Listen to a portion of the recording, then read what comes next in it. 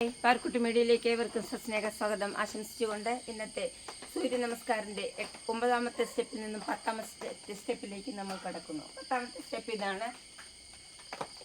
9ാമത്തെ step ഇതായിരുന്നു. ഈ നിലയിൽ ശ്വാസം ഉള്ളിൽ പിടിച്ചുകൊണ്ട് 9ാമത്തെ സ്റ്റെപ്പ് നമ്മൾ ഇവിടെയായിരുന്നു പൂർണ്ണമാക്കിയിരുന്നത്.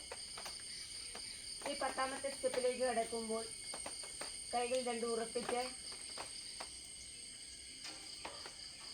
നമ്മുടെ ഇടതുകാൽ മുന്നിലേക്ക് നിരക്കി നീക്കുന്നതോടൊപ്പം തലയും കഴുത്തും മെല്ലെ ഭൂമിയിലേക്ക് താഴ്ത്തിക്കൊണ്ട് നമ്മുടെ അരക്കെട്ടിനെ മെല്ലെ ഉയർത്തിക്കൊണ്ട് ശ്വാസത്തെ സാവധാനം ഉള്ളിൽ നിന്നും പുറത്തേക്ക് വിട്ടുകൊണ്ട് ഇടതുകാലിനെ മുന്നോട്ട് നിരക്കി നീക്കി ഇടതുകൈയുടെ ബാക്കിലായി 5 ഇഞ്ച് അകലത്തിലായി ഇടതുകാലിനെ സ്ഥിരപ്പെടുത്തുന്നു. ഈ സമയം നമ്മളുടെ ശ്വാസം ഉള്ളിൽ നിന്നും പുറത്തേക്ക് മെല്ലെ വിട്ടുകൊണ്ട് നമ്മളുടെ അരക്കെട്ട് മുകളിലേക്ക് പൊക്കുകയും തലയും കഴുത്തും താഴോട്ട് ബെൻഡ് ചെയ്ത് കൈകൾ നിരത്തി നീക്കി മുന്നിലേക്ക് കൊണ്ടുവരികയും ചെയ്യുന്നു.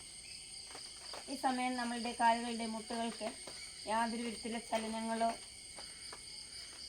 കാലിൻ്റെ മുട്ട് വളയ്ക്കാതെ കൈകൾ രണ്ടും ഗ്രൗണ്ടിൽ ഫേസ് ചെയ്ത് നമ്മൾ ശ്വാസത്തെ കംപ്ലീറ്റ് പുറത്തേക്ക് വിടുകയും നമ്മളുടെ നെറ്റി നമ്മളുടെ കാൽമുട്ടിലേക്ക് അടുപ്പിക്കാൻ ശ്രമിക്കുകയും ശ്വാസത്തെ പൂർണ്ണമായും ഇട്ടുകൊണ്ട് ഈ ലെവലിലേക്ക് വരിക. ഇപ്പോൾ നമ്മളുടെ അരക്കെട്ട് രണ്ടായി മടങ്ങി ഭൂമിയോട് ചേരുകയും നമ്മുടെ ശ്വാസം പൂർണ്ണമായും ഉള്ളിൽ നിന്നും പുറത്തേക്ക് വിടുകയും നമ്മുടെ കാലുകൾക്ക് നേരെ കൈകൾ സമമായി വയ്ക്കുകയും കാലുകൾ രണ്ട് സമാന്തരമായ പൊസിഷനിലും മുട്ടുകൾക്ക് വളവില്ലാതെ നേരെ സ്ട്രൈറ്റായി പിടിച്ച് ഏതാനും ഇങ്ങനെ നിൽക്കുക. നമ്മുടെ ബാക്കിലെ തൈ മസിലിന് വലിവ് അനുഭവപ്പെടുന്നവരെ ഈ പൊസിഷനിൽ തുടരുക. കഴിയുന്നത്രയും നമ്മുടെ നെറ്റി നമ്മുടെ കാൽമുട്ടിലേക്ക് കൊണ്ടുപോകാൻ ശ്രമിക്കുക. അതേപോലെ നമ്മുടെ നോട്ടം അരക്കെട്ടിലേക്ക് കൊണ്ടുവരിക. വയറിന് ഉള്ളിലേക്ക് വലിക്കുക. ഈ പൊസിഷനിൽ നിന്ന് ഏതാനും സമയം നമ്മൾ ശ്വാസം എടുക്കാതെ ഇങ്ങനെ നിൽക്കുക. ഇതാണ് 10ാമത്തെ പൊസിഷൻ. ഈ പൊസിഷനാണ് 10ാമത്തെ പൊസിഷൻ. വളരെ ആയാസകരമായിട്ട് നമ്മളുടെ ബാക്ക് മസിലിന് വലിവനുഭവപ്പെടുന്ന വലിയുകയും അവിടെ നല്ല രീതിയിലുള്ളൊരു വ്യായാമം ലഭിക്കുകയും ചെയ്യുന്നത് ഇതിന് ഏറ്റവും പ്രധാനപ്പെട്ട ഒരു ഗുണമായി മാറുന്നു. സൂര്യ നമസ്കാരത്തിൻ്റെ 10ാമത്തെ ഘട്ടം നമ്മളിവിടെ പൂർണ്ണമാക്കുന്നു.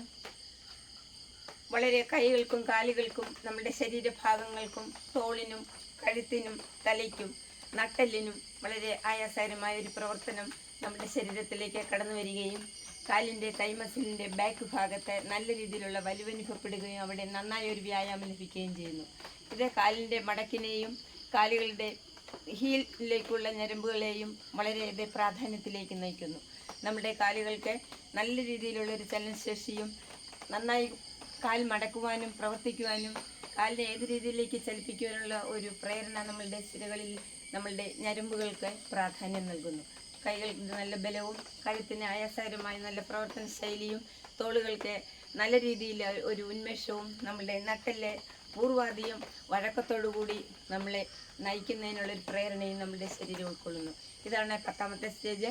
ഇത്രയും അടുത്ത 11ാമത്തെ സ്റ്റേജുമായി അടുത്ത ക്ലാസ്സിലേക്ക് എത്തുന്നത് വരെ എല്ലാവർക്കും ഹായ് പാർക്കുട്ടി മീഡിയ എല്ലാവിധ വിജയാശംസകളും നൽകുന്നു.